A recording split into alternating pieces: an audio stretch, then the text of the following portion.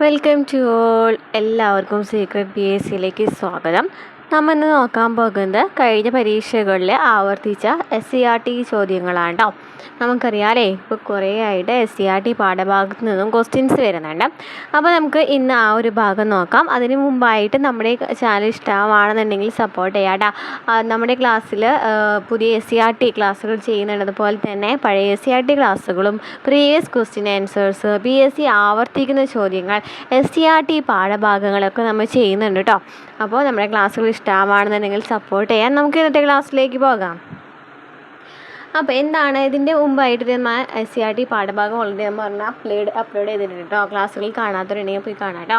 അപ്പോൾ നമുക്ക് നോക്കാം. ഫസ്റ്റ് എന്താണ് പറയുന്നത്, ഒന്നാം പഞ്ചവത്സര പദ്ധതി. പഞ്ചവത്സര പദ്ധതികളെ കുറിച്ചിട്ടാണ് കേട്ടോ. ഫസ്റ്റത്തെ ടോപ്പിക് എന്ന് പറയുന്നത് പഞ്ചവത്സര പദ്ധതികളെ കുറിച്ചിട്ടാണ്. എല്ലാ പ്രീവിയസ് ക്വസ്റ്റ്യൻ പേപ്പേഴ്സ് നോക്കുകയാണെന്നുണ്ടെങ്കിലും ഫസ്റ്റ് ഒരു ക്വസ്റ്റ്യൻ എന്തായാലും എക്കണോമിക്സിൻ്റെ ഭാഗത്ത് നിന്ന് പഞ്ചവത്സര പദ്ധതി ഉണ്ടാവും അല്ലേ. അപ്പോൾ നമുക്ക് നോക്കാം. ഒന്നാം പഞ്ചവത്സര പദ്ധതി എന്ന് പറയുന്നത് ഏത് വർഷമാണ് തുടങ്ങിയത്? 1951-56 കാലഘട്ടത്തിലാണ്.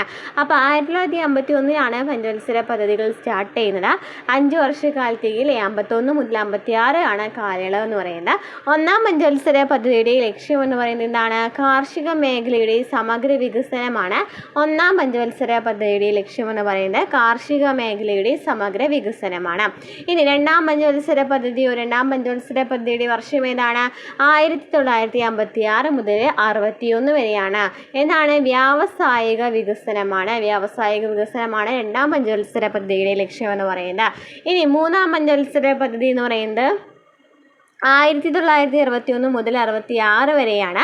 ഭക്ഷ്യസ്വയം പര്യാപ്തത, സമ്പദ്ഘടനയുടെ സ്വയം പര്യാപ്തത എന്നിവയാണ് അതിൻ്റെ ലക്ഷ്യങ്ങൾ പറയുന്നത്. ഭക്ഷ്യസ്വയം പര്യാപ്തത, സമ്പദ്ഘടനയുടെ സ്വയം പര്യാപ്തത. ഇനി നാലാം പഞ്ചവത്സര പദ്ധതി 69 മുതൽ 74 വരെയാണ്. സ്ഥിരതയോടുകൂടിയ വളർച്ച, സ്ഥിരതയോടുകൂടിയുള്ള വളർച്ച, സ്വാശ്രയത്വം എന്നിവയാണ് നാലാം പഞ്ചവത്സര പദ്ധതിയുടെ ലക്ഷ്യങ്ങളിൽ വരുന്നത്. അപ്പോൾ എന്തൊക്കെയാണ് പറയുന്നത്? അഞ്ചാം പഞ്ചവത്സര പദ്ധതി എന്ന് പറയുന്നത് 1974 മുതൽ 79 വരെയാണ്. ദാരിദ്ര്യ നിർമ്മാർജ്ജനമാണ് ലക്ഷ്യം. അപ്പോൾ നമുക്ക് ആദ്യത്തെ 5 പഞ്ചവത്സര പദ്ധതികൾ നമുക്ക് നോക്കാം. ഒന്നാം പഞ്ചവത്സര പദ്ധതിയുടെ വർഷം ഏതാണ്? 1951 മുതൽ 56 വരെയാണ്. എന്താണ് ലക്ഷ്യം? കാർഷിക മേഖലയുടെ സമഗ്ര വികസനമാണ് ഒന്നാം പഞ്ചവത്സര പദ്ധതിയുടെ ലക്ഷ്യം.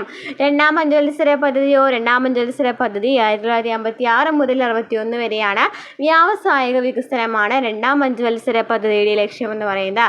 ഇനി മൂന്നാം പഞ്ചവത്സര പദ്ധതി 1961 മുതൽ 66 വരെയാണ്. ഭക്ഷ്യ സ്വയം പര്യാപ്തത, സമ്പദ്ഘടനയുടെ സ്വയം പര്യാപ്തത എന്നിവയാണ് മൂന്നാം പഞ്ചവത്സര പദ്ധതിയുടെ ലക്ഷ്യങ്ങളിൽ വരുന്നത്.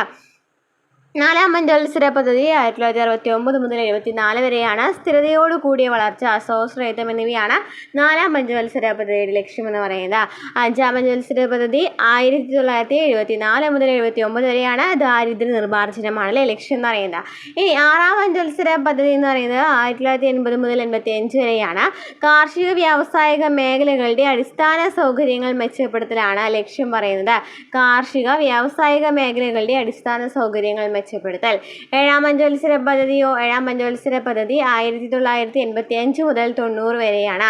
1990 വരെയാണ്. ആധുനികവൽക്കരണം, തൊഴിലവസരങ്ങളുടെ വർധനവാണ് ലക്ഷ്യങ്ങളൊക്കെ ഇമ്പോർട്ടൻ്റ് ആയിട്ട് പഠിച്ചു വയ്ക്കാം കേട്ടോ. അപ്പോൾ ആറാം പഞ്ചവത്സര പദ്ധതി എന്ന് പറയുന്നത് കാർഷിക വ്യാവസായിക മേഖലകളുടെ അടിസ്ഥാന സൗകര്യങ്ങൾ മെച്ചപ്പെടുത്തൽ. ഏഴാം പഞ്ചവത്സര പദ്ധതിയോ ആധുനികവൽക്കരണം, തൊഴിലവസരങ്ങളുടെ വർധനവ്. ക്ലിയർ ആയല്ലോ? ഇനി എട്ടാം പഞ്ചവത്സര പദ്ധതി 1992 മുതൽ 97 വരെയാണ്.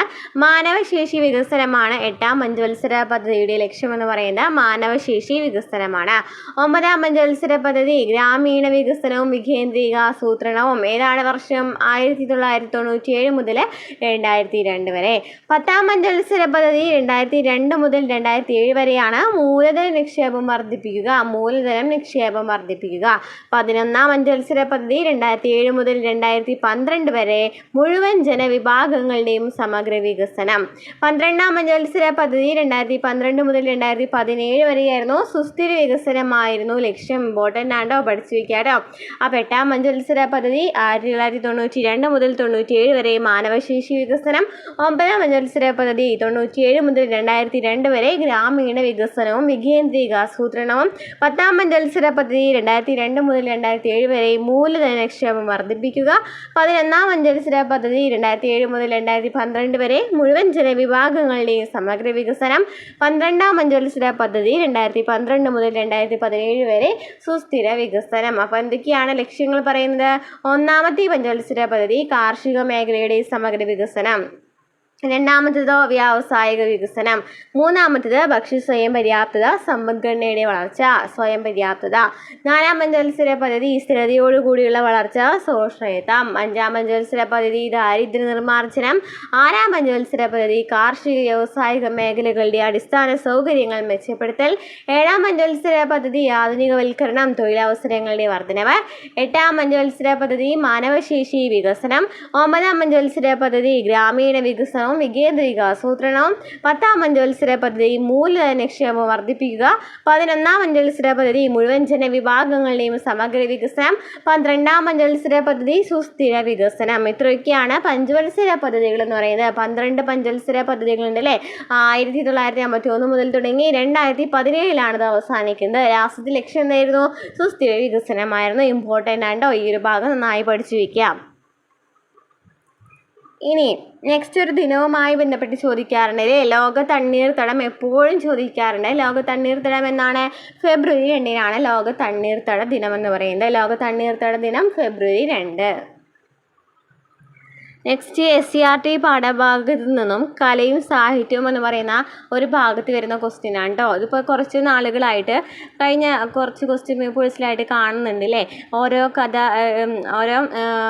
രചയിതാക്കളെയും അവരുടെ കൃതികൾ ഏതൊക്കെയാണെന്ന് ചോദിച്ചിട്ടുണ്ട്. അപ്പോൾ നമുക്കതൊക്കെ എവിടെ നിന്നാണ് വരുന്നതെന്ന് ഒരു കൺഫ്യൂഷൻ വരാറുണ്ട് അല്ലേ? നമുക്ക് ഈ ഒരു ഭാഗത്ത് നിന്നും ക്വസ്റ്റ്യൻ ചോദിക്കാറുണ്ട് കേട്ടോ. നമുക്ക് നോക്കാം. കാളിദാസൻ്റെ കൃതികളാണ് അഭിജ്ഞാന ശാകുന്തളം, വിക്രമോർവശീയം, മാളവികാഗ്നിമിത്രം, കുമാരസംഭവം. ഏതൊക്കെയാണ് കാളിദാസൻ്റെ കൃതികൾ? അഭിജ്ഞാന ശാകുന്തളം, വിക്രമോർവശീയം, മാളവികാഗ്നിമിത്രം, കുമാരസംഭവം. ഏതൊക്കെ മേഖലകളിലാണ് അദ്ദേഹം നൽകിയിട്ടുള്ളത്? സാഹിത്യത്തിലാണ് സംഭാവന നൽകിയിട്ടുള്ളത്. അപ്പോൾ കാളിദാസൻ്റെ അഭിജ്ഞാന ശാകുന്തളം, വിക്രമോർവശീയം, മാളവികാഗ്നിമിത്രം, കുമാരസംഭവം. നെക്സ്റ്റ് ശൂദ്രകൻ എന്താണ്? മൃച്ഛകടികം. സാഹിത്യത്തിലെ ശൂദ്രകൻ്റെ മൃച്ഛകടികം ചോദിച്ചിട്ടുണ്ടല്ലേ? ശൂദ്രകൻ്റെ മൃച്ഛകടികം. അതുപോലെ തന്നെ വിശാഖദത്തൻ്റെ മുദ്രരാക്ഷസം, ദേവീചന്ദ്രഗുപ്തം എന്നിവയൊക്കെ ആരുടെയാണ്? വിശാഖദത്തൻ്റെയാണ്. മുദ്രരാക്ഷസം, ദേവീചന്ദ്രഗുപ്തം. വരാഹമിഹിരൻ്റെ എന്താണ്? പഞ്ചസിദ്ധാന്തിക, ലഘുജാതകം, ബൃഹത് ജാതകം എന്നൊക്കെ വരാഹമിഹിരൻ്റെയാണ്. പഞ്ചസിദ്ധാന്തിക, ലഘുജാതകം, ബൃഹത് ജാതകം. ആര്യഭടൻ്റെ ആര്യഭടീയം, അമരസിംഹൻ്റെ അമരകോശം. അത് രണ്ടും നമുക്കറിയാം അല്ലേ? കറക്റ്റ് അതിൽ നോക്കുകയാണ് പേര് കിട്ടും. അമരസിംഹൻ അമര, അതുപോലെ തന്നെ ആര്യഭടൻ്റെ ആര്യഭടീയം. വരാഹമിഹിരൻ്റെ എന്താണ് പറയുന്നത്? പഞ്ചസിദ്ധാന്തിക, ലഘുജാതകം, ബൃഹത് ജാതകം. വിശാഖദത്തൻ്റെ മുദ്രരാക്ഷസം, അതുപോലെ തന്നെ ദേവീചന്ദ്രഗുപ്തം എന്നിവയാണ് വിശാഖദത്തൻ്റെ പറഞ്ഞത്. ശൂദ്രകൻ്റെ എന്താണ്? മൃച്ഛകടികം പറഞ്ഞു. കാളിദാസൻ്റെ അഭിജ്ഞാന ശാകുന്തളം, വിക്രമോർവശീയം, മാളവികാഗ്നിമിത്രം, കുമാരസംഭവം. നെക്സ്റ്റ് നമുക്ക് ഭരണഘടനാ നിർമ്മാണ സഭയുമായിട്ട് എപ്പോഴും ചോദിക്കാറുണ്ട് അല്ലേ ക്വസ്റ്റ്യൻസ്. അപ്പോൾ നമുക്ക് നോക്കാം. ഭരണഘടനാ നിർമ്മാണ സഭ എന്ന് പറയുന്നത് ഭരണഘടനാ നിർമ്മാണ സഭയുടെ നിർമ്മാണ കാലയളവ് ചോദിക്കാറുണ്ട് കേട്ടോ. 2 വർഷം 11 മാസം 17 ദിവസമാണ് നിർമ്മാണ കാലയളവ്. ഇനി ആദ്യത്തെ സമ്മേളനം നടന്നതെന്നാണ്? 1946 ഡിസംബർ 9-നാണ് ആദ്യത്തെ സമ്മേളനം നടന്നത്. 1946 ഡിസംബർ 9-നാണ്. ഇനി ഭരണഘടനാ നിർമ്മാണ സഭ എന്ന് പറയുന്നത് തെരഞ്ഞെടുക്കപ്പെട്ട അധ്യക്ഷനുണ്ടായിരുന്നത് ആരാണ്? ഡോക്ടർ രാജേന്ദ്ര പ്രസാദ് ആണല്ലേ? ആദ്യത്തെ അധ്യക്ഷൻ എന്ന് പറയുന്നത് ഡോക്ടർ രാജേന്ദ്ര പ്രസാദ് ആണ്. ഭരണഘടന അംഗീകരിച്ചത് അല്ലെങ്കിൽ ഒപ്പുവെച്ചത് 1949 നവംബർ 26-നാണ്. 1949 നവംബർ 26-നാണ് ഭരണഘടന അംഗീകരിച്ചത്, ഒപ്പുവെച്ചത്. നമുക്കറിയാം നവംബർ 26-നാണ് ഭരണഘടനാ ദിനം അല്ലെങ്കിൽ ദേശീയ നിയമദിനമായിട്ട് ആചരിക്കുന്നത്. ചോദിക്കാറുണ്ട് കേട്ടോ. നിലവിൽ വന്നത് 1950 ജനുവരി 26-നാണെന്നാണ് ഇന്ത്യ റിപ്പബ്ലിക് ആകുന്നത്. ഇനി ഡ്രാഫ്റ്റിംഗ് കമ്മിറ്റി ചെയർമാൻ ആരാണ്? ഡോക്ടർ BR അംബേദ്കർ ആണ്. ഇതും ചോദിക്കാറുണ്ടല്ലേ? Drafting committee chairman doctor BR Ambedkar ആണ്. അപ്പോൾ ഭരണഘടനാ നിർമ്മാണ സഭയെക്കുറിച്ച് എന്തൊക്കെ പറഞ്ഞു? നിർമ്മാണ കാലയളവ് 2 വർഷം 11 മാസം 17 ദിവസം. ആദ്യ സമ്മേളനം 1946 ഡിസംബർ 9-ന് നടന്നു. തെരഞ്ഞെടുക്കപ്പെട്ട അധ്യക്ഷൻ ഡോക്ടർ രാജേന്ദ്ര പ്രസാദ് ആണ്. ഭരണഘടന അംഗീകരിച്ചത്, ഒപ്പുവെച്ചത് 1949 നവംബർ 26-നാണ്. നിലവിൽ വന്നത് 1950 ജനുവരി 26-നാണ്. ഇന്ത്യ റിപ്പബ്ലിക്കായ ദിവസമാണ്.